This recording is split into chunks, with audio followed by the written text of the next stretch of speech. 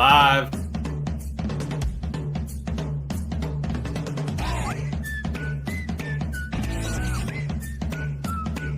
Hey everyone, how you doing? This is Amon Green, Gourmet Packers all-time leading rusher, and you're watching Packers Total Access Live, your daily source for Packer content. Go Pack, go!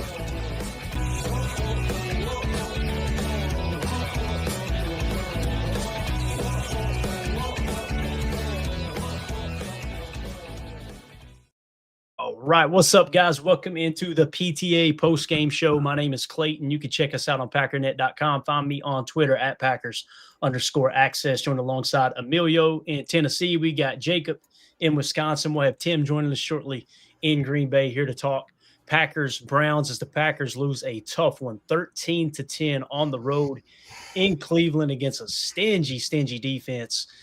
A pretty bad quarterback in Joe Flacco. And, they got a little bit of a running game going, Cleveland did. But, man, we could talk about the positives. We could talk about the negatives. But none of that really matters other than the final score, and that is that the Packers drop a tough one here, 13-10. Got some notes, got a page and a half of notes, got some other notes over here to the left, just kind of key moments, things that happened throughout this game. Just starting off where we were at early in the week. You know, you were talking about this point spread all week long. It started at 7, I think, or maybe 7.5, got to 8. Some places had it 8.5, comes back, settles in at 7.5. In the pregame show, I told you guys I don't bet on Packers games, but if I were to bet on this game, I would take Cleveland plus the 7.5. And ideally, you want to wait until the game kicks off. If for some reason they go down by a quick score, then you can get it anywhere from 11 to 14 points plus. So it's kind of like shooting fish in a barrel. In this case, if this hadn't been a Packer game, this would have been a game I would have taken the plus 7.5. And then as soon as they scored, Packers scored that 3 points and it went to 11.5 or 10.5 to 11, take that too, double down. You'd made some cheddar today. It's the NFL. I know there's many fans that thought the Packers were going to go out there and just kick the absolute dog crap out of the Browns. It doesn't happen like that in the league very often. And when it does, it's usually a team that you don't expect that to happen. Now, again, why did you lose the game? Pick a spot. You can blame special teams. You can blame Jordan Love. You can blame the offensive line. You can blame the lack of running game. There's a number of things you can blame. For me, if I had to pin it on specific spots, 14 penalties, that's a tough look. On the road, you're typically going to have more penalties than the home team. That's why they get that 1.5 to 3 point favorite typically. You throw an interception late in the game. It kind of felt like the game plan to me was you were pretty aggressive in throwing the ball in situations where I felt like you should run. I know we had a conversation in our text thread going into the fourth quarter, right? You decide to pass. Love comes to the line. You could have just kind of let the clock run out and take it to a 3rd and 1 for the first play in the fourth quarter. I know that sounds silly, but the fact that you've got a lead going to the fourth quarter, run the ball first play. If you get stuffed on a 3rd and 1, all right, you punt that thing away. You run off 40 seconds off of the clock, and you're kind of in the driver's seat from there. There comes a point where the clock is your opponent. So just wanted to say that. I felt like that Love interception, very similar situation. In that situation, listen, if it's not there, be willing to take a sack in that situation. Don't throw the ball away. Keep the clock running. Let Whelan flip the field. Instead, you throw a crucial interception there. So it's easy to pile on Love at the end of the game and go, man, stupid interception. You lost the game. But I do feel like there's quite a bit of blame to go around. Now, I've seen a lot of people online. I'm going to turn it over to you guys, and we see the super chats. Y'all keep firing them in there, and we'll hit them in rapid fire here in a second. People are talking about how bad this offense looked. Guys, we went up against the Browns, who were 5th in sack percentage. They've got a good pass rush. They were 2nd in the league in yards per play, okay? Immediately people go, well, Baltimore's put 40 points up on them, whatever. That's why it's important to know what happened in that game. Did Baltimore score a lot of points because the offense didn't do anything and they had short field? Did he turn the ball over? We don't know all the answers right offhand. But when you're 2nd in yards per play, you guys know is the metric I look at in terms of total defense. Rather than yards per game, you look at yards per play. And the sack percentage, plus you're missing 2 offensive linemen. Zach Tom, I don't know why they walked him out there, but, man, he didn't last but just – what did he last, 1 or 2 plays? At One that? play. Yeah, 1 play. So now you're back to your backup offensive tackle, and then Aaron Banks goes down. So you're down 2 offensive linemen on the starting offensive line against a team that's 5th in sack percentage, 2nd in yards per play. That's why, in my voice, you don't hear me surprised that we only scored 10 points. It was just kind of a recipe for that type of game. You like to think your special teams could win it at the end. But again, the interception was the big tough part for me. So let's go around the horn real quick, and then we'll get to the super chats, and then we'll dive into all of the box score stuff. So we'll start with you, Emilio. I know you didn't get to see a whole lot of the game. You were brunch. I love the name in the stream too. Would you say brunching? What was it you said? Brunch man, yeah, brunch man. That's what it was. I was hitting some chicken and waffles and some sausage and gravy on biscuits. So yeah, Clay hooked me up. I was able to watch it in my pocket there, but just kind of tough. It just sort of seemed like we never sort of got firing, and it's kind of just sloppy, little ugly here and there. No one really kind of got going. Matthew Golden looked like every time I looked down, he was catching the ball, which I love. Still saw Savion carried a couple times, but it just didn't seem like a complete game. It's still falling back to that. We got to play 60 minutes. I think this is a perfect example of that, right? You can play 30, you can play 40, and it's just 5, 10, 15 minutes. If you're not playing right, it can turn it all to smithereens at that point. Yeah, and I think that goes hand in hand with what Tron said here with the super chat. Thank you, Tron. One word: undisciplined. That was one of the most undisciplined games I've ever seen the Packers play. It was tough to watch. It really was. And then he goes on with the super chat too. Tron says, but we will bounce back against the Cowpokes. So thank you for the super chat there, Tron. And again, agree with that, man. Very undisciplined. Jacob, what's your thoughts here early on, man? Oh boy. Like you said, you can't put the blame necessarily on one faction or one person or one position group. You had guys like even Parsons jumping off sides. You had special teams miscues. You had Jordan Love making just boneheaded plays when we needed it. We had guys dropping balls. We had terrible penalties. Just absolutely dog penalties. And, here we sat and thought that, Joe Flacco, he's not a mobile quarterback, so we're going to get a ton of sacks. That O-line, Jordan Morgan, like you said, the Zach Tom fiasco of even trying to have him limp out there, it just didn't seem like it was a good it wasn't a good outing. It is what it is. We got to see what we say. I still have confidence in this team, but that was rough, man. That was one of the hardest ones I've had to watch. Mm-hmm. And you mentioned that we didn't hit home a lot with sacks. It's funny that the guy that some people were looking to trade off with the package for Micah Parsons, Rashawn Gary, was the only player with sacks today. He had 2, by the way. So thank God Rashawn Gary is still in the green and gold for sure. Tim, what's your initial thoughts here before we dive into the box score and the chat and everything, man? I think everything we talked about going into this game, we talked about don't beat yourself. That was the biggest thing we stressed, right. And we went out there and we beat the living crap out of ourselves today. The penalties didn't help. There's enough blame to go around, and I think you win as a team, you lose as a team. I'm sure there's not going to be any finger pointing in this Packer locker room. I think everyone's going to accept, their role in this debacle. Honestly, the way this game was going, the 10 points we put up on the board should have been enough to get it done. And they let the wheels fall off there at the end. We'll get into the nitty gritty when we can, watch back, the game again, at least a couple more times.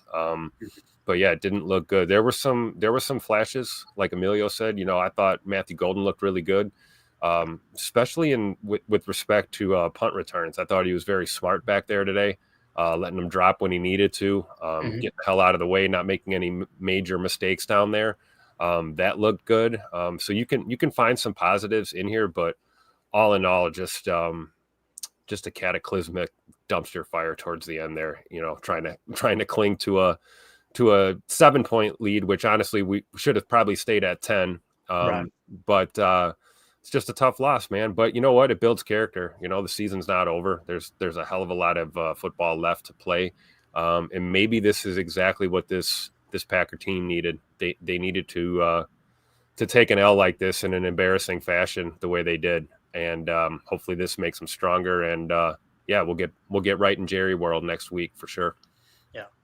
Biz 1987 with the super chat. Thank you, buddy. He says rough. Seemed like a lot of deep stuff called early when the O-line was struggling. Let's have a better plan next game. Good job, Browns. You got to tip your cap, man, because they were gritty down the stretch there. And when you've got a team that's built like that, they're built, their defense is their strong point, right?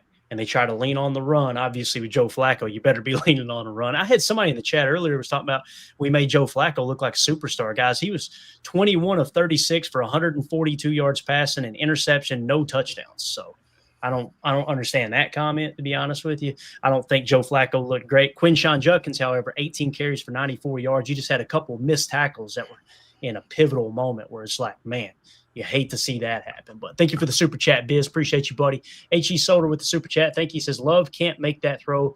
That was the ball game. Completely agree, Solder. That you've got to know that situation there, right? You've got to be situationally aware. Now, listen, I think he's got 5 touchdowns and 1 interception on the season. So Love's having a great start here. Let's don't, not that you are, Solder. I'm just saying in general. I don't want my words to sound like all of a sudden we go from Love's having a great start to Love's the worst quarterback in the league. But you hit the nail on the head, Solder. Can't make that throw in that situation, man. What did I text you guys as soon as it was right at the end of the third quarter, right? The clock against the clock now. Yep. The clock is your opponent now. And instead we played it more like, hey, let's try to pick up this first down rather than let's get this clock ran down. So, and again, if you hit on those throws, we're not even talking about it, right? But, and I'm, like Mandy says, the stick in the mud, I'm the most boring fan on the face of the earth. I don't care if we win by 1 point every week, whatever it takes to win that game. So we got Dole Soldier with the super chat. Thank you, buddy. He says, so that was the worst O-line performance I've seen in a long time by the Packers. Also, what happened to throwing the ball down the field? So we've had a chat that said we're throwing the ball down the field too much or trying to take shots too much. And now we got a super chat saying what happened to throw the ball down the field. So I think there's a little bit of both there, Dole Soldier. And again, everybody sees the game a little bit different. That's not a shot at you either. It's just for me, when you find yourself in that game where, hey, look, you're looking at a 1-score game. The last thing you want to do is be too aggressive. I think you could have put more pressure on them by just pressing into, hey, we're going to keep running the ball and run this clock down in the fourth quarter and flipping the field. But Daniel Whelan, one of the best punters in the game, one of the best players on this team too. He's clutch. He's money. So I like our chances a lot better. Obviously, if Love doesn't throw that interception, what that takes there in that situation is don't try to throw the ball. Let's run the rock, flip the field, punt it back to them, and then you're in a lot better situation there. But hindsight's 20/20. Obviously, they're calling the game to win the game. Do you think, real quick, sorry, do you think it's more fair to say? I mean, that interception was tough, and it was tough. But I think the more thing that I'm more frustrated with Love was when he slid before we got that first down, where he could have just had another split second, would have got that first down. It just seemed like the decision making for him was a little bit up in the air today, if I had to be honest. Now, they did end up picking up the first down the next play, though, right? I believe so, yeah. But it just seems like his decision making in general was just a little bit off today. For me, if you go back to last week, Jacob, there were people roasting him for running through that tackle. Right. You can't do that. You're stupid. That's what I'm saying. That's a good point. He's probably got that in his head. I know what you're saying, though. It's like the game's moving much faster on the field than us watching it on TV, But it's like, man, if you could just wait another half a yard before you slide there. But again, it's moving much faster. And we've got that yellow line on the screen watching, you know what I mean? It's hard to tell exactly where the sticks are too there. And people were mad that he threw the shoulder the first time, exactly. last week. So right.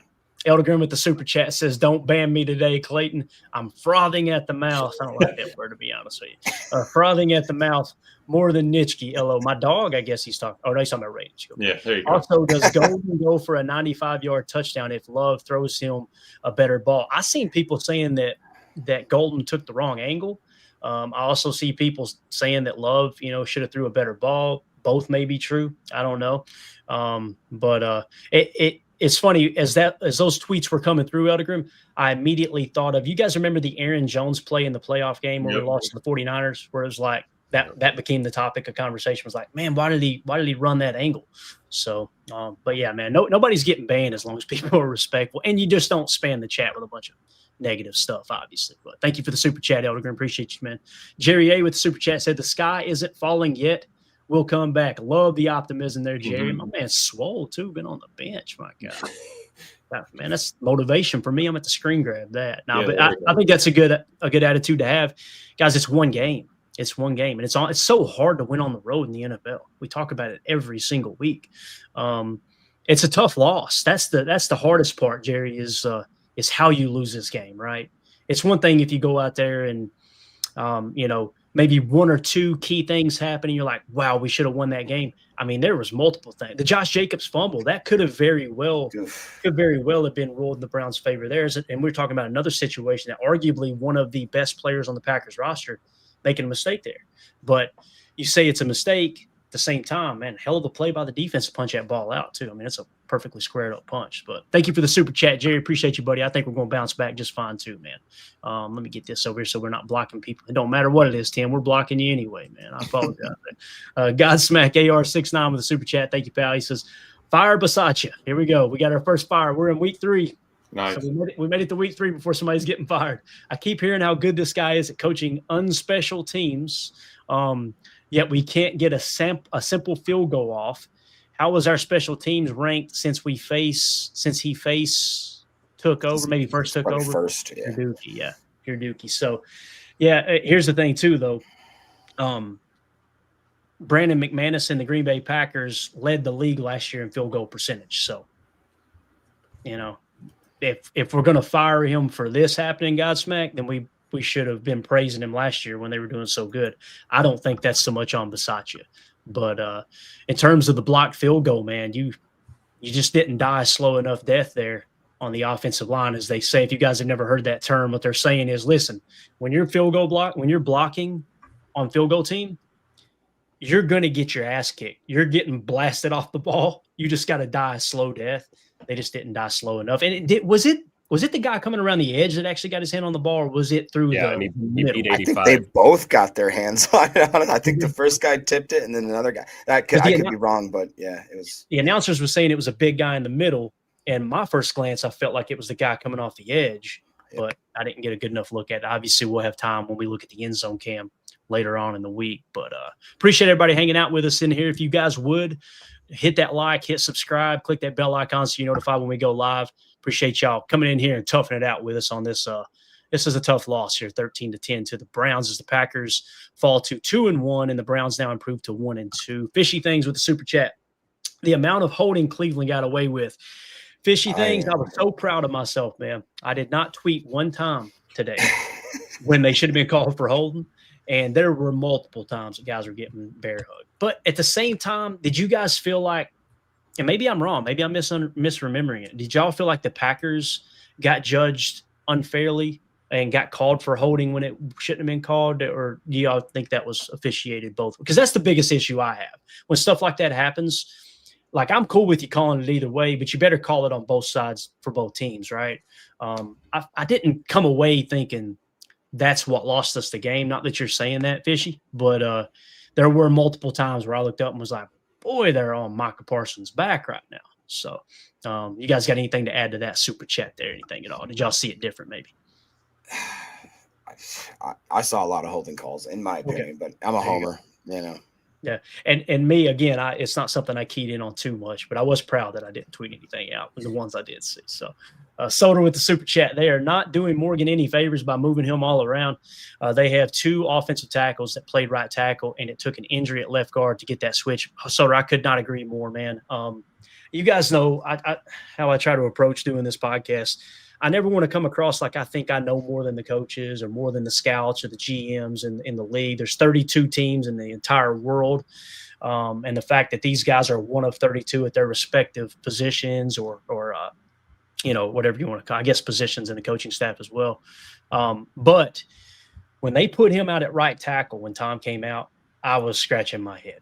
I was like, what am I missing here? Why? And I don't know. Let's go around the horn with that. Did y'all agree with that move that they put Jordan Morgan in at right tackle as opposed to Kennard or Belton? Not that Belton's been perfect either. And Kennard, he's got his flaws, but I did tweet out in the game. I'm like, I feel sorry for Jordan Morgan because you can tell all through high school, all through college, he was a left tackle. They kick him to right guard and he played, the worst ball of his young career. Right. And then all of a sudden they play him at left tackle in the preseason where he was going up against ones and he looked better than he ever has, albeit it was preseason. And I understand that side of the argument too, but man, he just does not look comfortable on the right side. And the fact that they rolled him out there at backup right tackle was just it was mind-boggling to me. Do y'all have any thoughts on that? No, earlier this week I said as far as I want to push Morgan over is right guard, and the fact that the fact that they put him in there right after Tom went out, the fact that you put Tom out there to begin with, we were kind of saying that all week. Let's rest him. The way he looked in his interview, even though it was Wednesday, he did not seem thrilled about trying to go out there, and then you're just going to make it worse. And what, you're not going to play against the Cowboys because it's already re-aggravated from the one play in the game, and then you got your week off. Cool, but you could have maybe played in the Cowboys, then rested, and so it's back to square one. Yeah. I mean, that definitely surprised me to see them throw him out there. I think I threw in the chat like no Kennard, like what's going on. I thought Belton would be a little more physical maybe against why can't I think about their freaking edge, Garrett? So I don't know, man. It was more weird to me. What do you guys think about the play of Aaron Banks? Does that make you more scratch your head as to like, does that seem like maybe he's not worth the money or the whatever we did having him out there? Or to me, I kind of saw him a little bit more suspect than a lot of the other guys. Now he left the game with an injury, right? I believe so. Yeah, Banks ended up leaving. I mean, we had to move musical chairs all over the place. It was tough. Right. And again, you couple that, Tim, with a team that's 5th in sack percentage, 2nd in yards per pass, yards per play. Like that's a recipe for 10 points scored. You know what I'm saying? Yeah, absolutely. Especially when you're running jet sweeps and you're. Your mic. Something's up with your mic, Tim. I don't. Was that low for you guys? Yeah, it sounded like yours. Okay. That's weird. Yeah, it was just really low. You usually sound like deep voice Tim in here too, man. So we'll come back to you on. We'll come back to you in a minute. It's cool. So what you were saying though. Again, when you're playing musical chairs with the offensive line like that, man, it's gonna be a tough day at the office. And it's not like they're just running normal up the field, rush the dude in front of you. I saw 2-3 stunts. I saw Schlesinger, scraping off the backside. It was Schlesinger's good, bro. Yeah. Yeah, he really is. He's a solid player. And I remember him refusing to perform at the combine or something, right? Like he pulled himself from, was it the Senior Bowl, something like that? And I remember thinking, man, that looks bad. He's not out there willing to compete. He looks like a dog.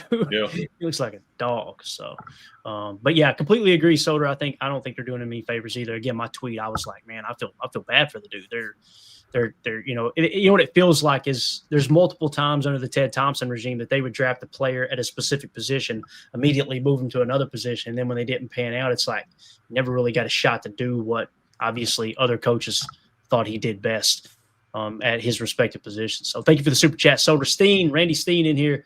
Offense pissed their pants. Cowboys may get us next week. My bingo card certainly didn't have us winning the 2 hard games and losing the easy one. Yeah, that's a great point, Randy. Obviously, I kind of had us split in those first 2 games, but now we're kind of back to where I originally thought we would be record-wise, right? I thought we would be 2-1 after the Browns week. It's just weird how you win the 2 hard games and then you lose the what should have been the easier one. But, Tim, you want to try to say what you were saying, buddy? See if it works this time. You guys hear me now? Yeah, sure. Yeah, we got you. Yeah, I was going to say having a hodgepodge offensive line out there and then you're trying to run jet sweeps and you're trying to run razzle-dazzle with Tucker Kraft under center on 3rd and 1, and he just continued to – it's like he reloaded and continued to shoot himself in the foot. I don't understand some of those calls. But I do understand, as a head coach or a play caller, you expect your guys to be ready and you expect your offense to run as it should, next man up mentality. But those boys did not look ready to play today, guys. No, not at all. They just did not. And, that's a failure on multiple fronts, and everyone's going to own up to that. It's not one person or one phase. It was a team loss, and it was just tough. I think we had a little bit too much on the plate for that O-line already. You've got guys in positions they're not comfortable playing normally, and then you're running these kind of exotic looks, and then you're dealing with the Cleveland Browns front. So I'm not really shocked that it ended up the way it did, honestly. Yeah. Thank you for the super chat, Randy. Appreciate you, buddy. Nick McSwain with the super chat. Appreciate you, pal. He says, crazy overreactions. Don't understand why people freak out after every loss, LOL. 1 week, 3 game doesn't define a season. That interception seemed like miscommunication to me. teams will bounce back. Go Pack, go. Love the optimism there, Nick. I need that tonight, buddy. Appreciate you, man. In terms of that interception, I thought it was a miscommunication at first too, but then when you go back and watch it, you didn't look at the backer. Yeah, well, it was not only that, but it was definitely thrown behind Wicks, who ran a slant, right? So I can see how Nick or anyone else would look at that and go, "Was that supposed to be like a slurl, like slant and then sit down, maybe a choice?" Regardless, though, Nick, boy, there were like 3 or 4 bodies around it, right? So it's a bad decision either way, I believe. But I can understand what you mean by it might have been a miscommunication there. And like I said, love the optimism. Completely agree, man. Again, I kind of had this team being 2-1 at this point. We got there a little bit different than I expected. So I'm still on the train of 11 to 14 wins. That was my projection going into the season. I'm still there right now. That could change next week. You know, if you drop one to the Cowboys, now you got to start having a realistic conversation of, okay, it's just closer to a 10-win team type thing. But I have no reason to freak out right now. And again, the people that freak out over these type of losses, you can be disappointed. I'm disappointed. You can hear it in my voice, I'm sure. I'm very disappointed. But the people that freak out like, how could this happen? Oh, my God, this is unbelievable. You don't watch much football. You don't watch much NFL football anyway. Every single week something like this happens. I mean, we got the Bears beating the Cowboys right now 7-0. You know what I mean? Anything can happen. To quote, who was it? Who was was it Alonzo? No, not Alonzo Mourning. Who was it? Kevin Garnett. Anything is possible. Got Smack AR69. Appreciate you, buddy. How did our coverage teams on unspecial, he keeps saying unspecial, rank over the years with Rich? Dookie, all caps. Can we please just eliminate unspecial teams from the sport completely? Unspecial teams have hurt me way too many times over the years. I hate it. There you go. I don't think the league's going to allow us to remove unspecial teams for you there, Godsmack. But yeah, and again, I'm not as down on the special teams as most. I mean, again, why did you have a shot to kick the game-winning field goal at the end? Special teams and Savion Williams, right? Savion Williams with a great return, gave you a short field. You march right down the field, you put yourself in field goal range. So there's also positives there as well. Like I talked about last year, you were, first in the league. There was one other kicker that had a slightly better field goal percentage than Brandon McManus, but he only had like 2 attempts or 3 attempts or something like that. So whatever. Could I maybe play the devil's advocate as to why he's maybe a little bit? I don't know if this is true. So chat, let's fact check Mr. Nick McSwain. But Nick McSwain was the next comment that said, since Bisaccia joined the Packers, they have the 2nd most blocked field goals in the league. I understand that sentiment. If that's true.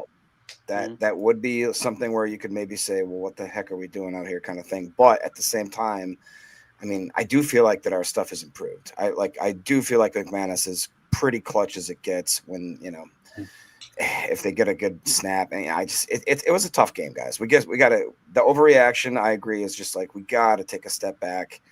Like Clayton says, we're 2-1. You know, I'm happy about where we are in the season right now with all things considered.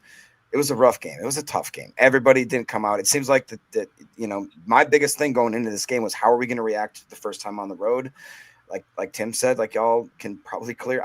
We didn't react that great. We just didn't. But there's another day. There's another day to fight.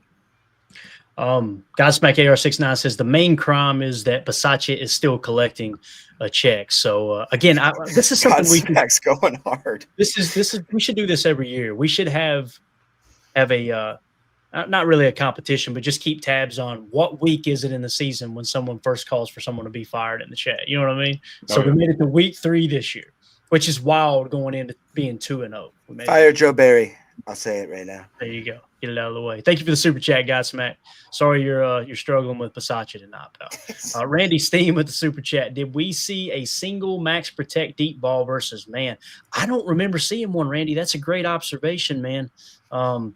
You know, you didn't see one of those just play action set, drop back, let that thing rip, you know, with a 6 and 7 man protection. So I'm excited to dive into the tape for sure and kind of see exactly what happened there. But do you guys remember anything y'all want to add to that? Y'all remember that? Negative. Miller, you didn't get to see it, did you, Miller? Because you were enjoying brunch. You know what? You're the reason that we lost. All right. If you would have been man enough to skip that brunch and watch it live, I love he's See got what? the polo on too. I imagine it was a fancy bro. Oh Yeah, my it was gosh, dude! fancy. Look how many stains are on that shirt, brother. That's the clean. Look at that, Jacob. That's the pack. I got the same emblem. Come on now. All right. It is I kind can't, of nice. can't give him hate. Yeah, that's pretty good, man. All right, so thank you for the super chat, Randy. Appreciate you. Buddy. Let's wrap it back around. Let's wrap it back around to Eldergrim. See if he gets banned in here. He was concerned about it earlier. Godsmack out here, out negativing me. Me no like you that, Jan. So there you go. Appreciate you, Eldergrim. Thank you for the super chat, man. Thank y'all for the laughs too, man. Man needs that after a performance like that. So let's see here. All good said in the chat. We got a good kicker. Just rest the special teams. Oh yeah, that would be coaching. So sounds like he's on the same train there for being more on Rich Bisaccia's case than necessarily the players. So. You should put up a poll. How long does it take to put up a poll, Clay? Can we do a poll? Not long at all. What do you need, Billy? Ask Jacob. Right. He knows all about putting up a poll. Oh, I see what you did there. Okay. 1, that's a freaking good burn. 2, he's not wrong. I do a side business. If you guys want me to put one in your house, just $100. I'll come in there. I'll show you everything. I'll bring my own oil. He'll test it out for 6 hours. I'm like Diddy, baby. I got all the oil you need. Give me the poll question, Emilio. Let's hear it, man. What are we? Fire rich or not fire rich, right? English, that's simple. All right. So fire Rich Bisaccia? Yeah, fire Rich or not fire him. Because, you'll get a couple of comments, but everybody can hit the poll. Yeah. See, the thing that sucks about this poll question, I'm going to put the poll question up, and viewers that weren't in here live, understanding the origin of this poll, are going to go, man, Clayton's ready to fire Bisaccia. Yeah. Already. Can you give 3 options, or do you want to? Is there an option to say wait it out a couple more weeks, or finish the season or something? I don't know. All right, let's see here. Should the Packers fire? Okay, while you're typing that up, the offensive grades, we only had 3 players in the green so far. Oh no! You ready for those 3 names? John Fitzpatrick at an 80.4. He was our highest grade. Darian Kennard at 2 with a 77.2, and Josh Jacobs at 3 with a 71.7. The next closest is 4, Dontavian Wicks at a 62.7. Lowest graded member of our team, bottom 3 was Malik Heath at 45, Tucker Kraft at 44, and Jordan Morgan at 42. Gotcha. So, that's rough. That's rough, tough right? And early numbers, they can still change it all, but not ideal. What was that third option? Y'all help me out here. Should the Packers keep them, fire them, or wait. I don't know. Halfway through the year. Wait and see. Okay, wait and see. This is such a professional. Yeah, we're good. Come on now. All right, so the options are: should the Packers fire Rich Bisaccia? Yes, no, wait and see. Yeah, perfect. That way, people are like saying, "Hey, I'm not completely." Yeah, you can sit on the fence for a minute. That's fine. All right, poll question is up in the YouTube chat, and I look forward to getting roasted tomorrow for having. Yeah, sorry about that. No, it's all good, man. It's all good. All right, y'all want to go to the box score real quick, or is there anything, Emilio? Is there anything else you got there? I kind of cut you off there. I'm sorry. No, I was just kind of feeling while you were typing, but yeah, not great. Zach Tom had a 0 pass blocking grade on his 1 snap. Did he really? Yeah, he got a 60 grade. He got a 60 grade, but a 0 on pass blocking. So he signed his name on the. Yeah, I don't know if they look at that. That could be bad, but just tough. Yeah, that is tough. You're right. All right, let's go to the box score. You guys keep an eye on those super chats for me. I don't want to neglect those. I really, really appreciate everybody supporting the stream here, man. Real quick, just an update. It's 13-3 Bears over the Cowboys right now. It's a little interesting. Wow. Nice.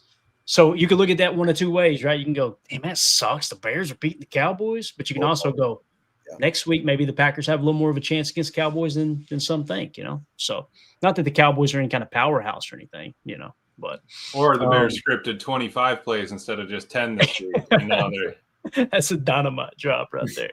Some people got that, some people didn't. It's okay if you didn't though. So, oh man, number 1 Packer fan says, I'm very interested to see the chalk talk right now.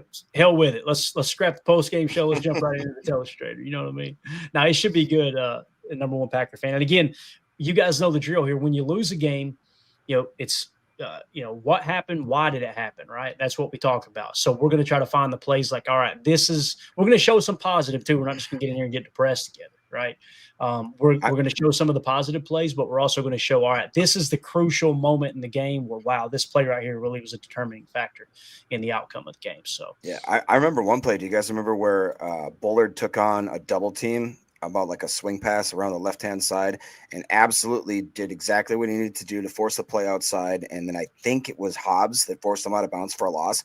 I've been really impressed with Hobbs. I think I sent that in the group chat. Yes. I thought he played a great game today. Yeah, I thought he did too. He looked solid. And as far as Bullard, just to be completely honest with you guys, all day long, I was either going, hell yes, Bullard, or I was going, Bullard. Yeah, There was nothing in between. It was either good play or bad play. There was never a He took that brutal hit to the head. Him and Quay connected. That was pretty rough, man. That was ugly. No doubt about it, man. All right, so while we're waiting on any other chats to come through, let's go to the box score here real quick. Jordan Love finished today 18 of 25, 183 yards passing, 1 touchdown, 1 interception, took 5 sacks, and lost 34 yards. Joe Flacco was 21 of 36 for 142 yards, no touchdowns, 1 interception. He was sacked twice. They lost 17 yards on the sack. Emilio, what do you think about those passing stats there in terms of Jordan Love was somewhat efficient, in my opinion. Yeah. If he doesn't throw the interception, we'll probably win the game. But if we lose the game and he didn't throw the interception, we'd be in here going, Love didn't lose the game. You know, it was just that one. To me, it was that one play that you're like, God, you'd really like to have that one back. Mm-hmm. Yeah, and the 5 sacks, that's brutal, right? You know, we were asking a lot more out of that wall. They did not hold up today, and it was half because musical chairs, half some penalties. I mean, it's a little bit of everything. So, yeah, Jordan Love didn't look horrible, but we can't be having – you know, just on a double slant like that, you took the second window and they kind of sat on it, and that's where, hey, because you had taken a sack earlier to keep the clock rolling, right? Like even you could have thrown it away on the end of the third quarter one. You didn't need to take that one. You could have thrown that one away. So it's like just a couple of mentals there that hey, take a sack there and live to fight another one, keep the clock rolling. All those things kind of would play into it. You just got to trust that D, and I think that's where he just needs to remember that you can lean on them a little bit if you're not 100% sure. Yeah, and earlier in the game, there was a play, I can't remember specifically when it was, where Jordan should have thrown the ball away, and he took the sack. And it was like, So in that specific situation, throw the ball away, don't take the sack. Yep. And the one later in the game, hey, be willing to take that sack. Don't throw that big. Yeah, like the end of the third, when you were saying that, Clay, it's like, dude, you're 30 yards back there. There's no time left. You're already on where it's already going to be 4th down. Just huck that thing. Right. Just throw it out of bounds. That way you get – that's how you lose yardage. And then, of course, with the special teams, luckily Wheelan wins you a lot of invisible yardage in the punt game. Right. But, Randy Steen with the super chat. Thank you, buddy. Says 10-3 with 4 minutes to play. Coaches should play Madden. So he puts it more on the coaches than the players there. Again, I can understand that sentiment, Randy.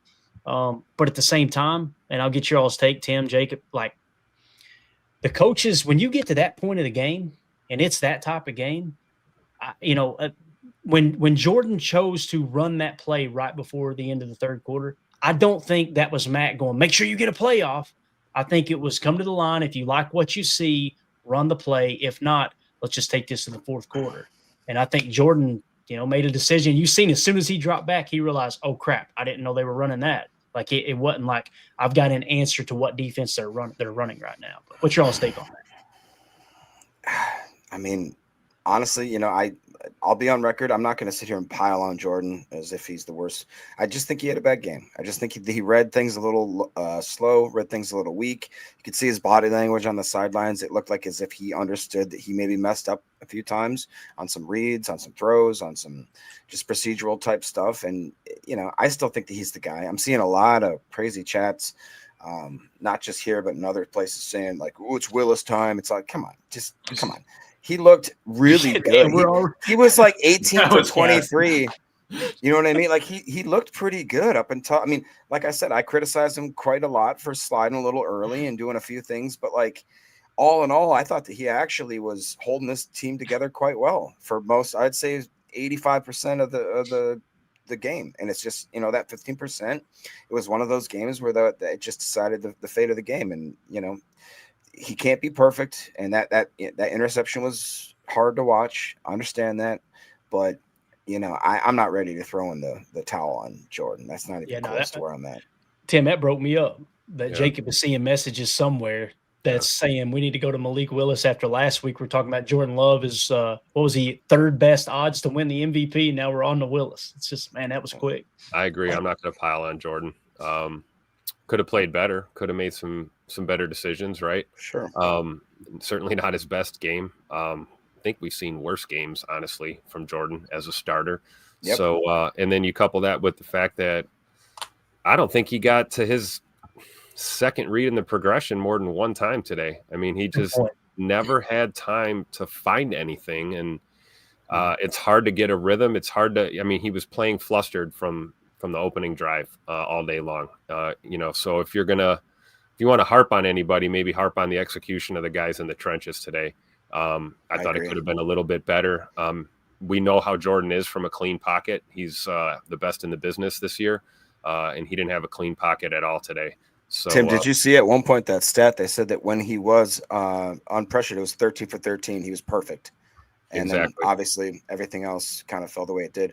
We're falling a little bit behind on the super chats, Clayton. I think we just got to ramp it like three or four of them right in a row. Crank it up here real quick. Okay. Elder Grimm with the super chat. Thank you, buddy. He says Wilson should have gotten more snaps in the second half. If you're talking about Emmanuel Wilson, I agree. Josh Jacobs, 16 carries for 30 yards. Emmanuel Wilson, 6 carries for 25 yards. So, obviously, Emmanuel Wilson averaging over 4 yards a pop. However, it is worth mentioning, too, Elder Grimm, and I know you know this, but just for the audience out there, when you see 23 come in, you probably adjust your defense a little bit. Like, all right, number 8's out for a minute, right? You might lighten the box a little bit, and sometimes that gets you a few extra yards. But I'm with you. It was weird. We're coming into this game, I think Emmanuel Wilson – he had like 1 carry or something. It was something That's crazy. Weird. No, I don't remember even seeing Chris Brooks out there. Yeah. No, he got some snaps.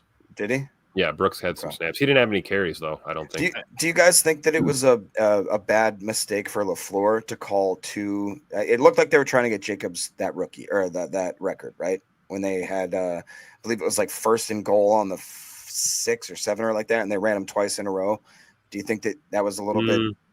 I think that was Matt saying we're in 4-down territory. We're gonna run it a couple times, and then we're gonna take 2 shots. If we don't get there, maybe we take the 3. I don't know.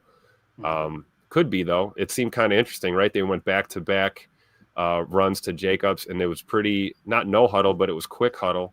And I think it actually set up that tutter to Fitzpatrick. Honestly, because we were able to get the play action. That was the one play action boot that worked all damn day long. Yeah. I agree. Chris C with the super chat. You guys have to help me with this one. What was a rainy later Subaru's on call? What? God bless you. Me and Chris usually speak the same language too. Love Chris. He's been a listener and watcher of the show. If you see him correct what he was trying to say, maybe he got into Daddy Soda too. I don't know. These type of games that tend to happen. But thank you for the super chat, Chris.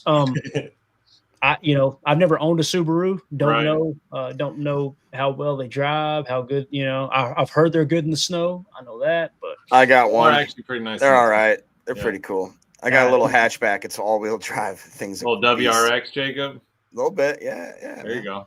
There you go. All right, you heard it from a fan right here. Thank you, Chris. If you guys see him correct what he was saying in the chat, I appreciate that super chat. We'll kind of honor that chat too. Godsmack AR69 with the super chat. Can we please have a conversation about how Rich's special teams have ranked way overpaid?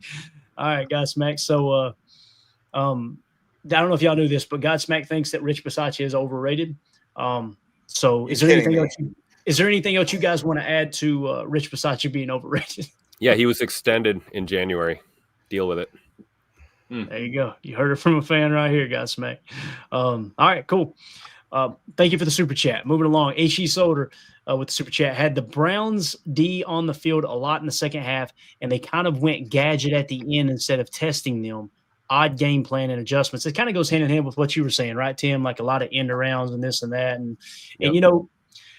I can see it the other way too, Solder. I felt like in the running game we were just hitting our head against the wall, so I can understand why you would try to run some jet sweeps and stuff to get something broke loose there.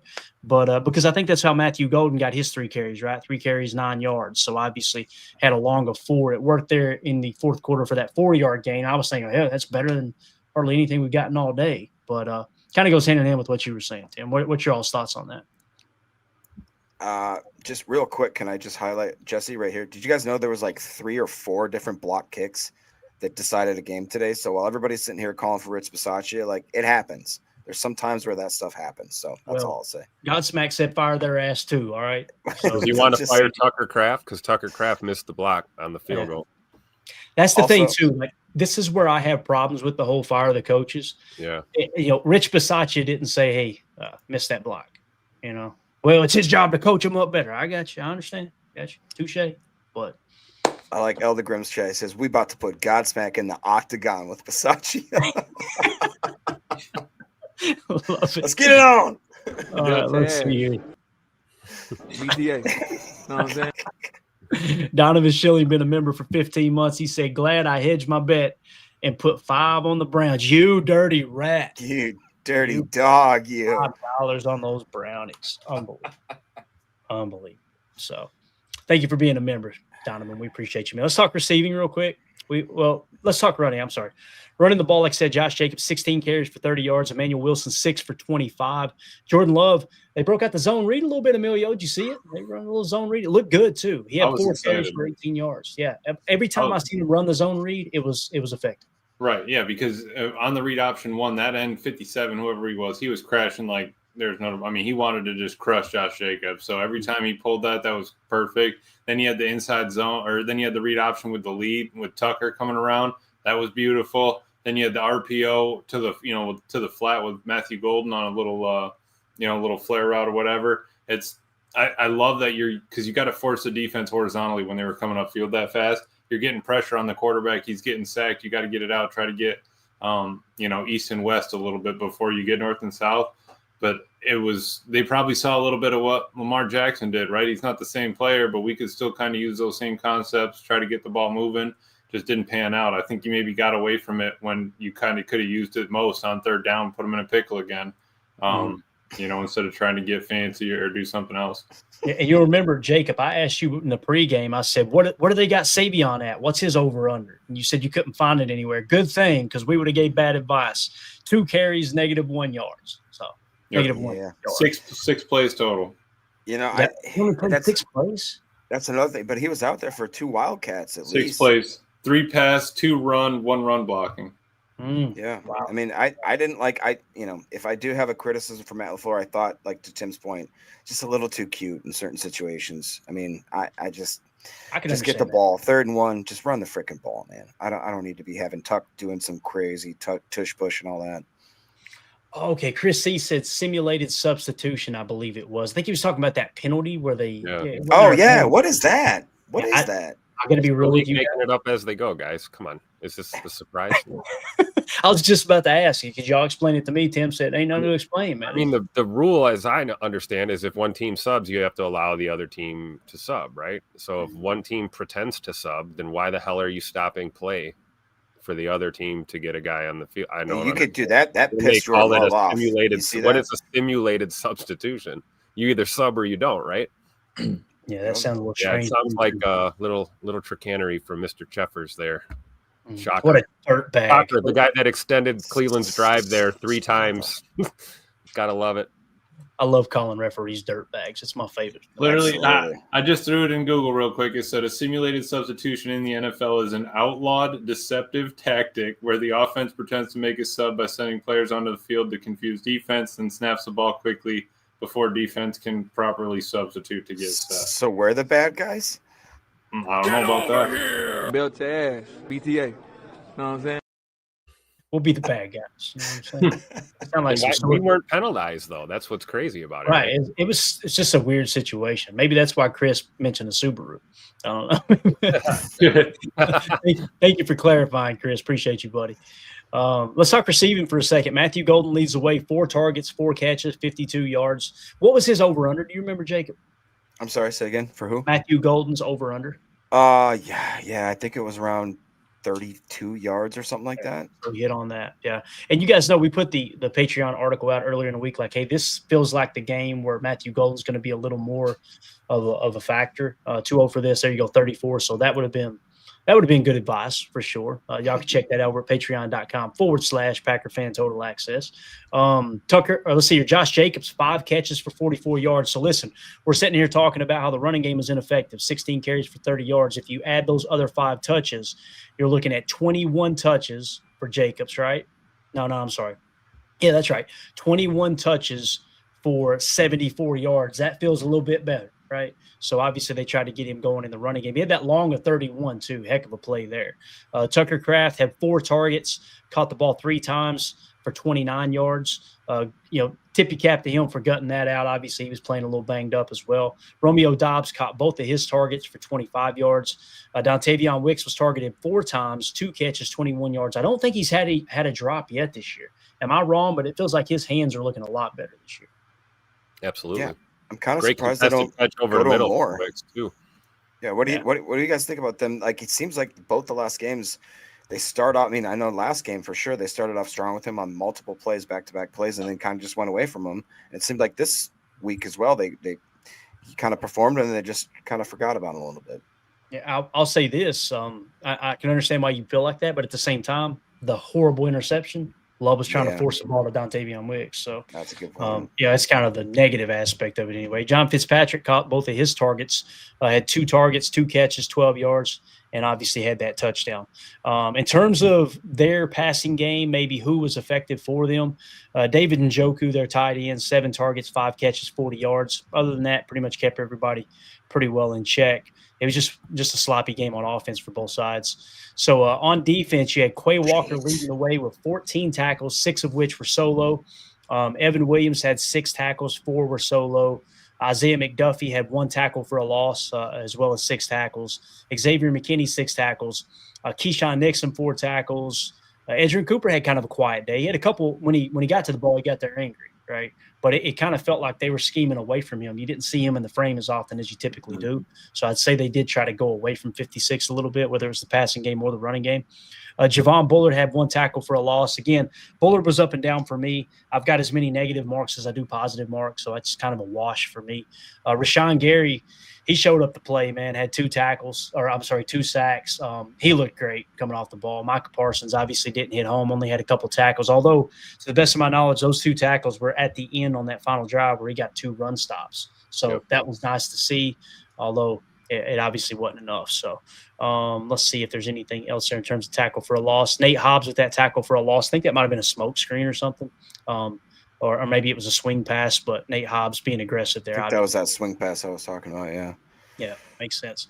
So their sacks were kind of scattered. You had Swisinger with the sack. You had Myles Garrett had a half a sack. Malik Collins had 1.5 sacks. I'll say this: they ran a torch stunt, a TT stunt, early in the game, and I seen people roasting. I think it was Jordan Morgan they were trying to roast, or maybe I can't remember who it was at left guard at the time. That was totally on Elton. It was definitely Jordan Morgan, because Jordan Morgan, they done the TT. He rolled his guy over to the inside and then had the footwork to kick back out and block the other guy coming off of it. And Elton's just kind of standing straight up, and that dude comes free. So that sack, in my opinion, was definitely on Elton in that regard. What's your opinion? You had Aiden Huntington with a half sack, and you had Mason Graham with a half sack as well. Alex Wright had a sack for the Browns too. Go ahead, Jake. No, I was just going to ask Clayton, what are your guys' thoughts on how Elton has played at the center position thus far after 3 weeks? I think he's been good. Today, to me, today looked bad because again, that sack was pretty rough. But now I say that because he's not sticking out like an eyesore, but at the same time, why is the running game not getting going, right? Because I don't feel like it's Josh Jacobs. You guys may disagree there. I look at the running game and I don't look up and go, man, Josh Jacobs, you got to hit that hole and get it. It just feels like our run blocking has been really, really bad so far. And this is 3 games now, right? Albeit it's 3 pretty solid defenses, but that's how I would see it. What do you guys think about Elton? Go around the horn with that. I'm with you, Clay. I think there's room for improvement, obviously, but I think he's been good. Today was obviously probably not the best performance, and we could say that about a lot of guys on the roster. But yeah, I think a lot of us expected with him moving to center that we'd see this, drastic change. And I guess maybe we're getting a little impatient, but you can't you can't throw out everything with one bad performance. It's a long way to go. I don't think there's any reason to panic at center right now, but certainly not the best we've seen out of Elton Jenkins at that position.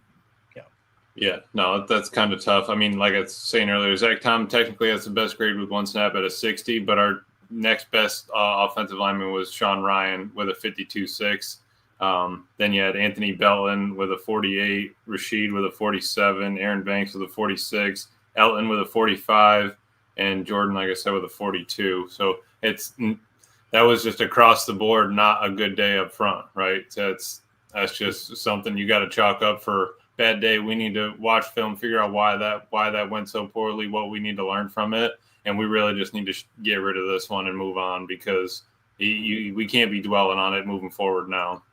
Absolutely. And just an update on the poll question, you guys make sure you go vote. Also, hit that like button for us if you don't mind.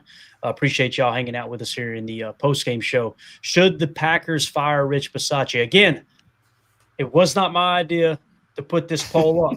All right, I'm sorry. I disavow. Clayton did not say fire Rich Bisaccia. Okay, just so everybody knows. You're an amazing person. You know that, don't you? Thank you, Rich. I appreciate that. So, should the Packers fire Rich Bisaccia? 37% said no, 35% said yes, and wait and see is at 27%. So, anything other than a yes, obviously, I think we would agree. All right, you keep him as of right now. So, if you tally those up, you're looking at 66% right now is saying you keep Rich Bisaccia. 65%. 65%. That's what it was close. It was close. Randy Steen, let me drop this down while we hit this real quick. Randy Steen with the super chat, thank you, buddy, says this discourse would be null and void if you just hit a simple 40-yard field goal. 10 sleds may have blocked better.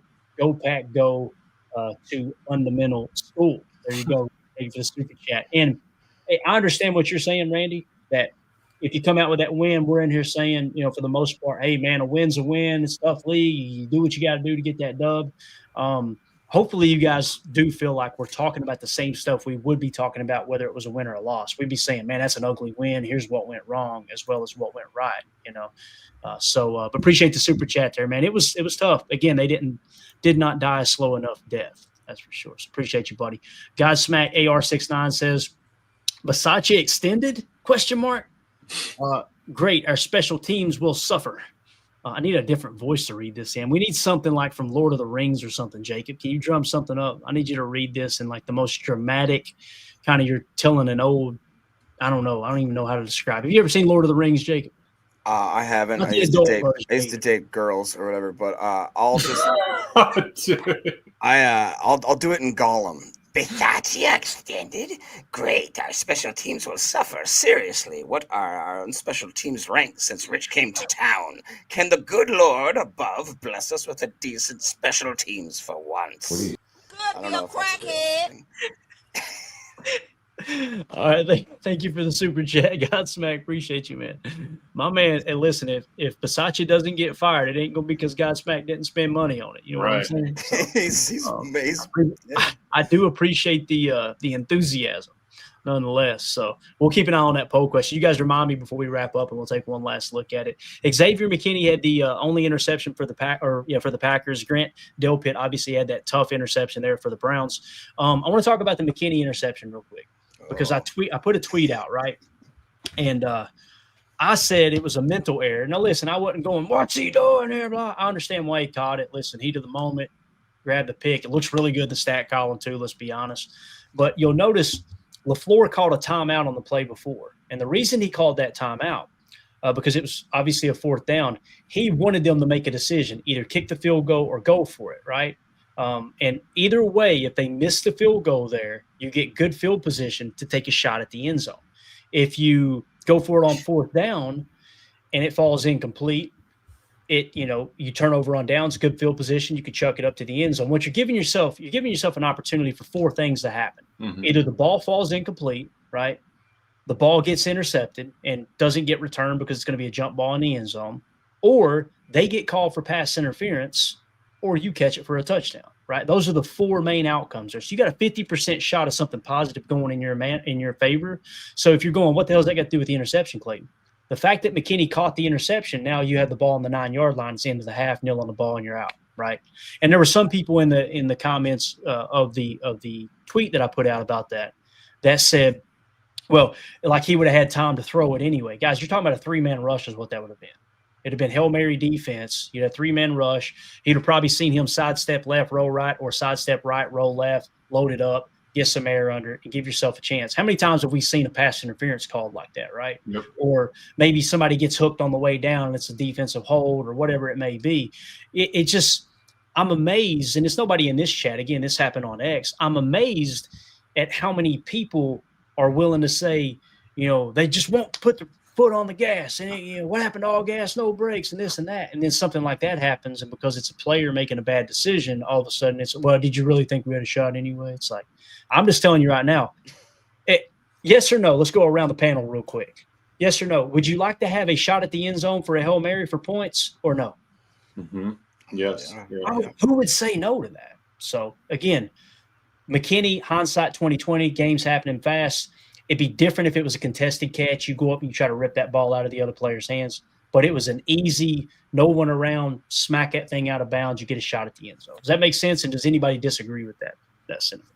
I think it's the same. It's one of those plays that most people, again, hates using the casual fan thing. But like you said, Clay, like it's one of those kind of like when you field the punt and you step out of bounds, kind of, you know what I mean? Like one of those small plays where like nobody really understands the intricacy of it, but I completely agree, to be honest. It would be more of a heads up play, which I think that Xavier has proved that he is one of those types of players that we expect him to be kind of the leader of the team and make those smart plays. So I'm not going to hate on him for it. Like you said, looks good in the stat column, but I agree. It would have been smarter. Tim, what do you think, man? How do you see that situation? Do you think it don't matter either way?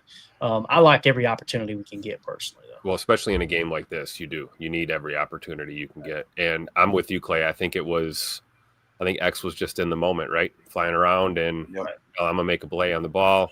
And probably as soon as he secured it, probably realized, heat of the moment kind of thing. I'm not going to hold that against him. It's one you'd like back, obviously, but hey, it happens. I like what you said there. And Emilio, as he's saying it, I remember when X caught it, right?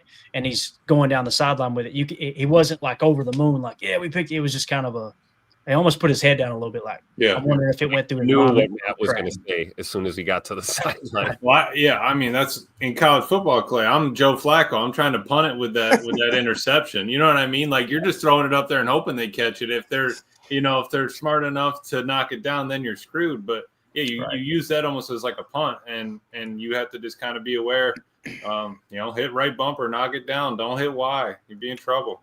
Hey, kind of in that same vein, though, wasn't it nice to see Matthew Golden understanding the situation when he took that end around and decided to stay inbounds when we had about 3 minutes left? It's like that was a pretty heads-up play by him that could have easily went the other way with a young guy. So I was very proud when I saw him do that. We also saw him catch that swing pass and let his momentum take him straight out of bounds rather than trying to make that back cut that we see guys make all the time. And then, you get a linebacker creeping up behind you and all of a sudden the ball's on the ground. Really impressed with the way Matthew Golden plays the game for a rookie. He looks like a guy that's been in the league for way more than one season. And he's not even a quarter of a season into his rookie year. So definitely has high FBI for a rookie, I think. Yeah, no, I completely agree with what you said there, Tim. He's just someone that the game doesn't seem too fast for him either. Like he typically makes a pretty good decision there. United Bates with the super chat. Thank you, buddy. He says, me topping into Grok. Quote, current coach is looking for a special teams coordinator spot who also happened to love Godsmack. I love it. Thank you for the super chat. Bates, appreciate you. Elder Grim Fire is back, though, with the super chat. Thank you, buddy. He says, only thing that will save our unspecial teams is if we bring in Joe Barry as Bisaccia's assistant. So there you go. You're going to get your ass kicked in that. Which, by the way, I don't want to lead with the positives and be like all hunky-go-dory, man. Hey, no, look, guys, everything, went great. But the defense, I thought they played pretty darn well. And, again, I know this is not one of the best offenses in the league, but they just played two of the best offenses in the league, and they played pretty damn well. So one positive coming out of this, in my opinion, is defense. You got to clean up the penalties. I think it was Jacob Morley that said, and I probably already lost it, if I could find it here.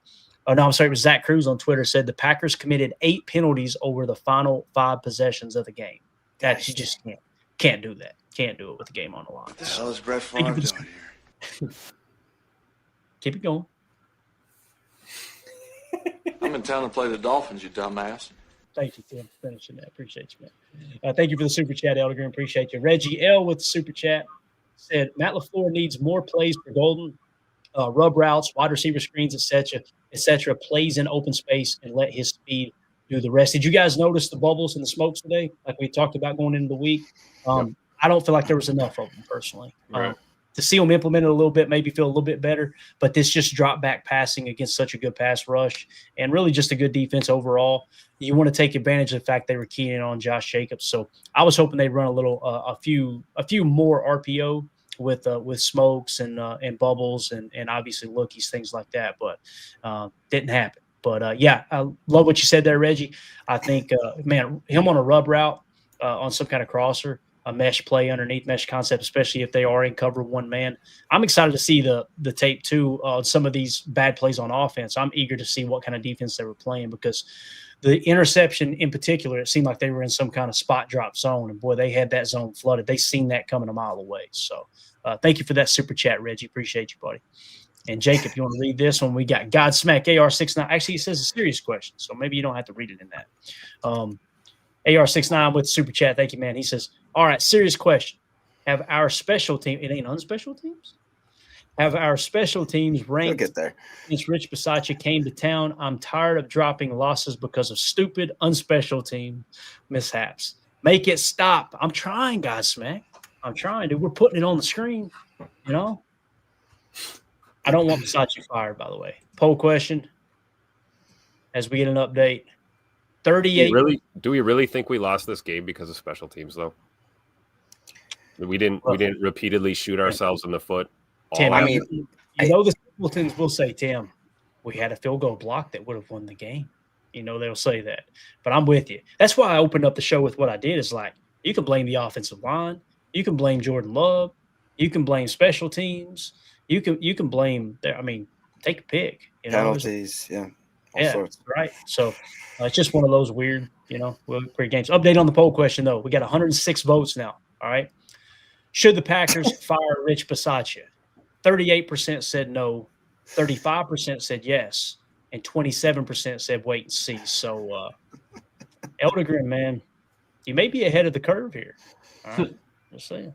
2-0 for this says we lost this game because of that darn Sasquatch. There you go. Billy Madison, shout out. Like you, 2-0 for this. There you go. Yeah. All right. Anything else you guys want to hit on here? Do y'all want to go around the league real quick, or would y'all? I may go around the league, but if you guys want to hop off, I completely understand that too. But you guys got any other thoughts you want to make before we go around the league and get some updates on some scores? As the Bears and the Cowboys are tied at 14 now.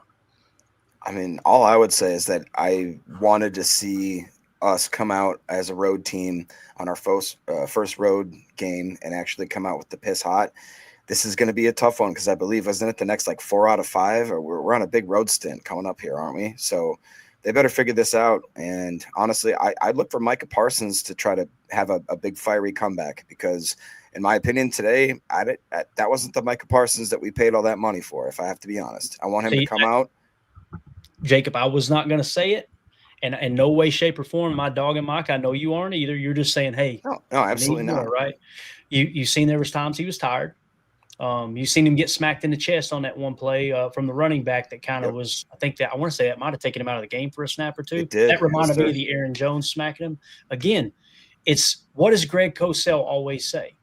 You have to, I repeat, you have to be able to rush with power in the league. And I'm not saying Micah can't rush with power, but what I am saying is if it's not the strong point of your game, then you better be able to do other things well. And we know Micah's a physical freak, and he's going to be fine. I think, Jacob, you're not saying Micah's going to be fine, right? I don't want people to misquote you here. No, 100%. But like you said, you saw him going on his hands and knees a few times, like he had to take himself out. There was multiple times where I thought he almost got hurt when he looked that way on the sidelines, and just, a couple of mental penalties. But if you get paid that big bucks, if you're literally one of the highest paid players in NFL history on the defensive side of the ball, we expect greatness. And, I don't think that he'd even get mad at me saying that because he's a dog and he's a physical player and he understands what it means to get paid that way.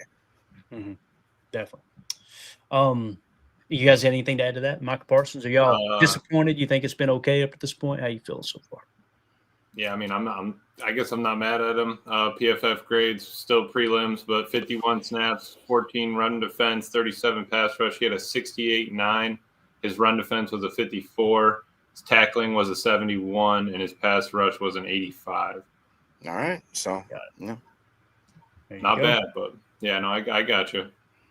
Tim, you got anything you want to add there, Bo? I think he looks like a guy who didn't have any camp. That's what he looks like. Exactly. He looks like a guy that didn't play any preseason football. Yep. I think he'll play through it. He'll get himself where he needs to be. If anyone's going to work hard or harder after a loss like this, it's a guy like Micah Parsons. So if anything, you're waiting for that matchup down in Jerry World, because I'm sure he's going to be tuned up for that game. Sure.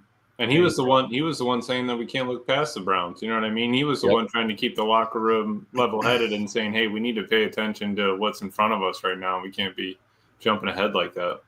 Yeah, I'll just say, like I said before, thank God for Rashawn Gary, man. He showed up, played a hell of a game. I hate it for him, because he came to play for sure.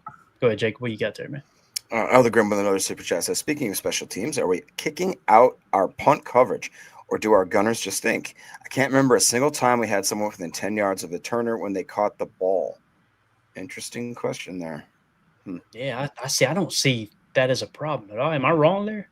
Y'all see Whelan's just a beast, bro. Like, every time I think that I watch the snap and he boots it, I'm like, it didn't look great. And then it just goes 60 yards and they field it at the 20. I mean, that to me is I'm the least worried about anything on this team than Daniel Whelan. That dude is I see what he's saying to it. Are we out kicking our punt coverage? Right, right. Are we? Yeah, I see what you're saying. I mean, it could be better. Yeah, just like everything else could be better. Yeah, sure. Would you rather have, though, like a 50-yard kick and a 7-yard return, and the guys are right there, or would you rather have like a 65-yard kick and maybe like a 10-yard return? You're still winning in the yardage battle at that point. I would rather have. I mean, I'm always looking for the power guys when I'm recruiting. Kick that thing out of the yard. I mean, I'm telling you, send that thing as far as you can. Yeah. Zane had a good play on one today, and Zay McDuffie as well was right there. Good to have Zane back for sure. Yep. Yeah, definitely. Godsmack AR69 with the super chat again says the problem is reoccurring problems on unspecial teams never gets fixed. Isn't Bisaccia the highest paid unspecial teams coordinator? What are you talking about? That's my job. Isn't he an assistant head coach or something? He's not. He is. He's the assistant head coach. That's correct. Yeah. That's it. All right, guys. We're going for it every time. We will never punt again. We're done. Right? No more special teams. That'll fix it. That'll fix it right away. Oh man, I appreciate the super chat there, guys. Man, I tell you, man, maybe this is cheaper than therapy. I don't know, but you've spent a lot of money in here tonight to let us know about special teams. And what are you talking about? That's my job. We appreciate it, but at the same time, man, yeah, is what it is. Let's go around the league real quick. Y'all ready? Yep. All right, so the Cowboys and the Bears are tied up 14-14. However, looks like the Bears are at Dallas's 11-yard line, about to score here. There is how much time left? 4 minutes left in the second quarter, so they're about to enter the middle 8 right now. Play from the line of scrimmage here. I set Caleb hands off, and it's going to be a tackle for a loss. So they're looking at a 2nd and 10. Actually, this is already ahead here. I apologize. So 3rd and 10. But anyway, the Bears and the Cowboys tied up. Looks like the Bears are going to take the lead before halftime. Caleb just missed a terrible throw, and he basically did a meme that Tim, I swear, Tim, you got to take a screenshot of what he just did. It'd be a perfect drop. There you go. Tim, get on that, man. What the hell are you doing over there, buddy? Come on, you to work. Are we talking about Caleb Williams? No. Who are you talking about? Yes. Who are you talking about? He's talking about Caleb Williams. All right, let's move it along here. Bengals at the Vikings. The Vikings boat raced the Bengals 48-10. You can look at that one of two ways. Man, the Vikings came out and they played lights out, right? Obviously, they were without Joe Burrow. We know their defense has been hot garbage, even with Hendrickson. It's been hot garbage. But it does, we got the Bengals coming up on the schedule here real soon as well. So they lose their first game of the season, and Burrow won't be back till a minimum of December, right? Next, we got obviously the Packers at the Browns. We're good there. Broncos at the Chargers here. The Chargers are leading 10-7 right now, and it's about to go into halftime. So the Chargers trying to take control of that AFC West there. Saints and the Seahawks. It's about to enter halftime. There, about a minute left in the second quarter. The Seahawks are winning 38-3 over the Saints. So Sam Darnold just continues to perform. Second quarter, 28 seconds left. You got the Cardinals and the 49ers are tied at 3. So there's an NFC West battle between 2-2-0 teams there as well. Now the final from earlier in the day, the Eagles end up beating the Rams 33-26. The Buccaneers improved to 3-0 over the Jets. They barely scraped by, though, winning 29-27. You got the Commanders beating the Raiders 41-24. Think about what our defense did to the Commanders, and they go out and drop 41 points. That's wild on the Raiders. Then you've got the Jaguars defeating the Houston Texans 17-10. The Colts boat raced the Titans 41-20. The Steelers beat the Patriots 21-14. So Aaron Rodgers and the Steelers improved to 2-1 on the season. And then, of course, you had the Panthers blanking the Falcons 30-0. That's wild there. That's a little bit surprising to me. So very, very interesting there. So there's your run around the league. And again, tonight, the game, what was the game we got coming up tonight? Chiefs at the Giants. We're all Giants fans tonight. So absolutely. Another super chat here. Elder Grimm says, Godsmack still has Brandon Bostic nightmares. So there you go. I didn't expect special teams to dominate the chat tonight, but it has, man. So here we are. Anything else, boys? Anything at all y'all want to hit on before we wrap up? At least it was an AFC opponent. I love it, man. Just bite the lost bullet, and it was to an AFC guy. We're still 2-0 in the NFC. Let's keep it rolling like that. There you go. Thank you for that super chat, Elder Grimm. Appreciate you, man. Jacob, parting thoughts, man? Anything at all? No, I mean, I think that Godsmack donated enough money to save certain countries in the world from poverty. But, besides that, it is what it is. His money. Tim, I understand the frustration, but let's just be real, guys. Here, that it's a long season. That was a tough loss right there for sure. But I am still very confident in this Packers team. Yeah. Tim, parting thoughts, Paul. Can't wait to watch this one again as we get ready for Chalk Talk.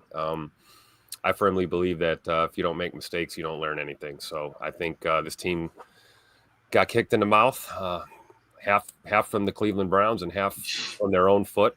So I think it's going to be the longest short flight back to Green Bay I think these guys have had in a while, and I'm sure they're going to be watching a lot of film and getting ready to make adjustments as we head into Jerry World. So looking forward to just breaking it down and finding where we made those mistakes today, man.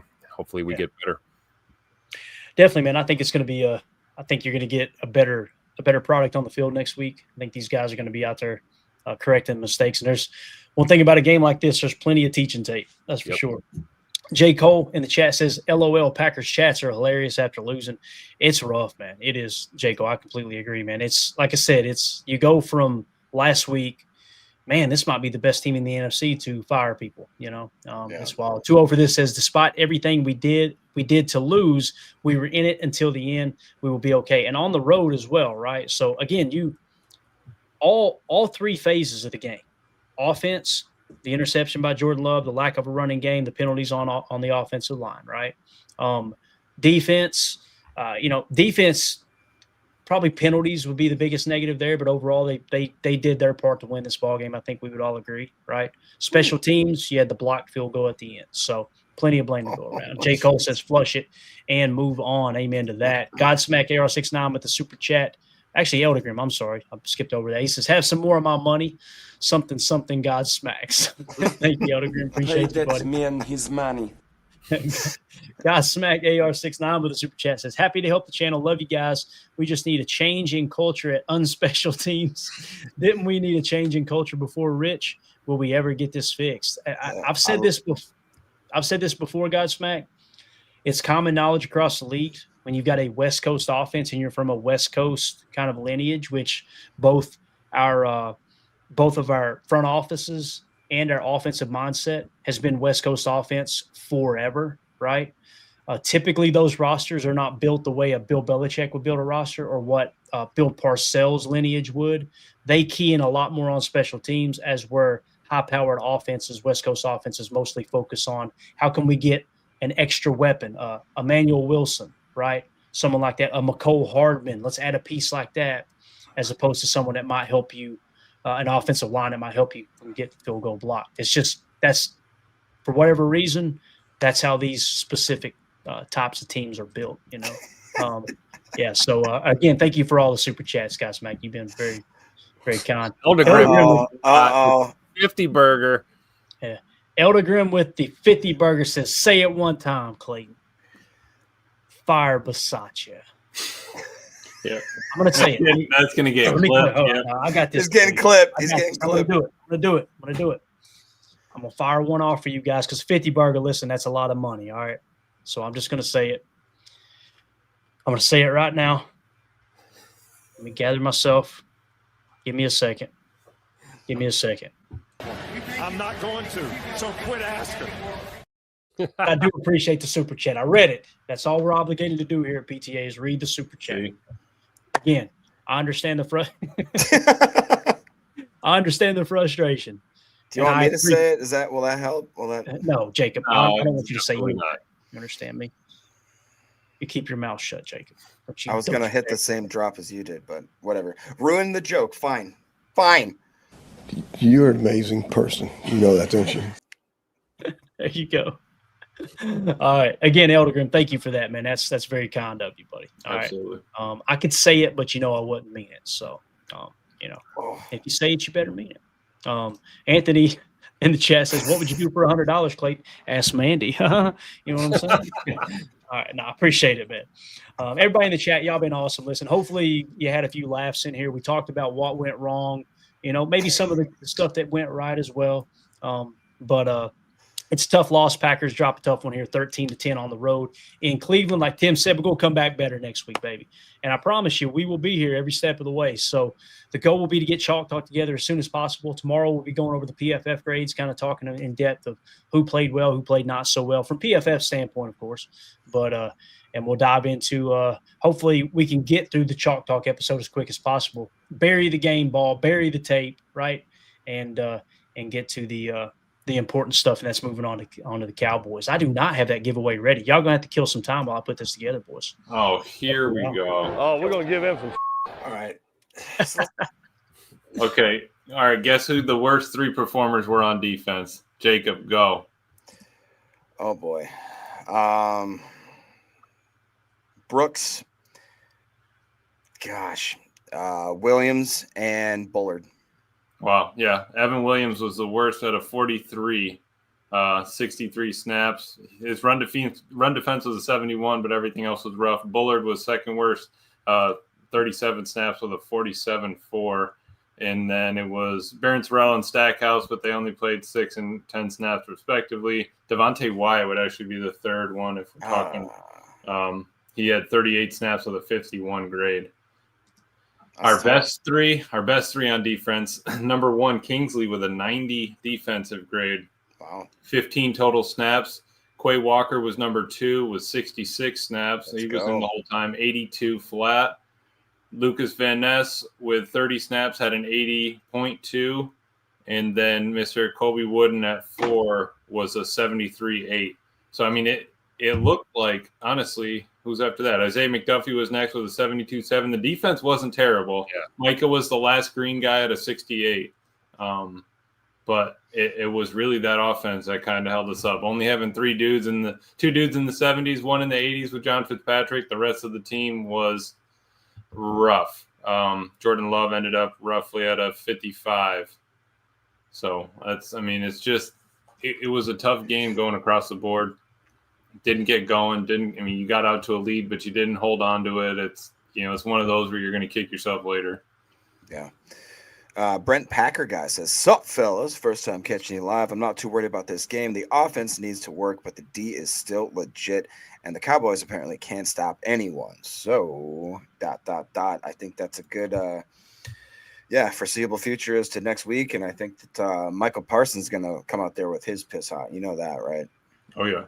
For sure. Oh, If anything, you're probably trying to wrangle that in a little bit, right? It's almost, yeah, exactly. You know how that can get. Sometimes you get the adrenaline going, you get out there, next thing you know, it's 15-yard personal foul for something, or not to say that that's Micah Parsons isn't a hot-headed type of player. Obviously. It's like when I go to a rival club, I try to dance a little harder, I try to spin a little faster, but you know what? Do a little tooting, Dude. just a little. 300. What is it? What's 363 days a year, and we all no good. All problem, no good. But telling you, those 2 days. Paul said I gonna get it. To keep an eye, actually, this looks like it's changed. It must have been Godsmack must have got a couple burners in here. Should the Packers fire Rich Bisaccia? 39% said yes. 36% said no. Wow. 25% say wait and see. How many realize that he signed a contract extension 6 months ago? 39%. Get him, Tim. 39%. 39% would be Tim. Yeah, that's what happened, man? That's like a 4 a.m. ballot dump or something. That's really strange, isn't it? it goes up to 40% now. I think they're changing them on the fly. Uh-oh. Breaking news. It's rigged. There you go. You heard it from the man right here. Elder Grimm says it's 65%, actually. We're just mistaken. I mean, that's just tough. I don't know. I don't know. The problem is it's a third of the entire game. It's always going to be a third of the entire game. And how much hay did Belichick make on special teams and just having one-ups on things like that? It's where you can flip the game. I think that's where we need to start taking advantage of it. It just didn't happen for us today. I'm telling you, man, y'all should run for Congress. Y'all have literally said nothing and killed just enough time that I needed to get this done. Y'all are unbelievable. That is pretty Congressy. All we got to do now is do nothing, and then we'll fit in perfect. Right. Great. Very well said, Tim. Very well said. All right, we're going to give away an autographed Matthew Golden rookie card that was donated by our good buddy United Bates, who I think I'm taking this one home. No, you ain't, dude. No, you're not. It lands on me. I'm taking this one. I'm going to ask Bates personally if I can keep this one if I land on me. Are you sure? Because I thought this was the picture from that card. Unbelievable. I pay extra for that card. They're already calling out numbers in case you need them. Donovan Schilling says 7, 7, 5. Stacy. We got to be careful with those because whenever we tell them before I ask, right, then it looks rigged. It looks rigged. Eldergrim says 0. That's the best one. Eldergrim says shuffle it the same amount. Well, there it is. Shuffle it the same number of points we lost by 3. I like that one. Now we can do that, Eldergrim, but they're going to accuse it of being rigged, man. You know what I mean? Emilio's dropping numbers. Quit it, Emilio. So, all right, I'm going to ask right now, and until I say it, it doesn't matter. See, you're firing numbers, Emilio. Stop. Okay. Did he put a 0 in there? No, I did 8675309. That's a song. Nice. All right, guys. The next number that you dropped. All right. How many times should we shuffle this thing? How many times? Suspense is killing me. Now nobody will put a number. Too old for this. Shuffle it for each year Emilio's been alive, so 2. It looks like Brent had it. So we're going to shuffle it 6 times, guys. You ready? Here we go. 1, 2, 3, 4, 5, 6. Also, some Sherman Williams over there, man. Make sure you get that squared away. All right, let's see here. That's good. We shuffled it 6 times. All right, let's spin this sucker. Whoever it lands on again. If you're new here and you're going, what the heck's going on? These are members of our Patreon group and members on our YouTube channel. So we just try to give away just memorabilia out of the memorabilia stash here, just a way to give back to those who are supporting the channel. So we've already shuffled it. The winner of the autograph Matthew Golden rookie card is come on. Oh, say it for everybody me, knows Jacob. Gerald, right? Everybody knows Gerald. Say that name for me, Jacob. Who is it? Gerald J. Pines. Nice. Are you constipated over it? What was that, dude? Cheese curds make my stomach hurt all the time, but I do eat them though. That's how it says. Tim, how did you know to hit that, dude? Unbelievable. All right, so it's Gerald J. Points. I think I'm saying that right. You are the winner of the autographed Matthew Golden card. I'll try to shoot you a message over on Patreon. If you're not in there, reach out to me. Send me a email, packerstotalaccess@gmail.com. But if you don't hear from me on Patreon too, just send a DM there. So that's the winner of the autographed Matthew Golden card. Appreciate everybody's support, man. Everybody on that list, you guys and gals are awesome. So, guys, thank y'all so much for coming in there. I know this ain't an easy one. Obviously, tough loss. Packers lose 13-10 to the Browns. But again, guys, some of the best compliments we get on this show is after a tough loss, people will message me and go, "Hey, man, thanks for making it fun. Thanks for not getting in here and being all sad and fire everybody." Although we can't control everyone in the chat, but you know how funny it would be to me though if we woke up tomorrow and Rich Bisaccia was fired. Oh man, Dude, if that happened, we would never hear the end of it, would we not? I'm just telling you right now. Oh man, our boy Godsmack will be in here running the show. He's going to guest host the show if Rich Bisaccia's fired. Yeah, right. So that'll be the trade-off there. But listen, far too many super chats to mention them all again. Thank y'all so much. Hopefully we did a good enough job answering your questions and hitting on that. But you guys and gals are awesome. Thank y'all for supporting every way that you do, whether it's patreon.com/PackerFan Total Access, or the super chats, or just the donos. And again, guys, thank y'all for jumping in here, man. So everybody have a wonderful evening. As always, it's got to be the change we want to see in the world. Listen, don't go argue with other Packer fans on Twitter, okay? Don't. I've been there, done that, got the T-shirt.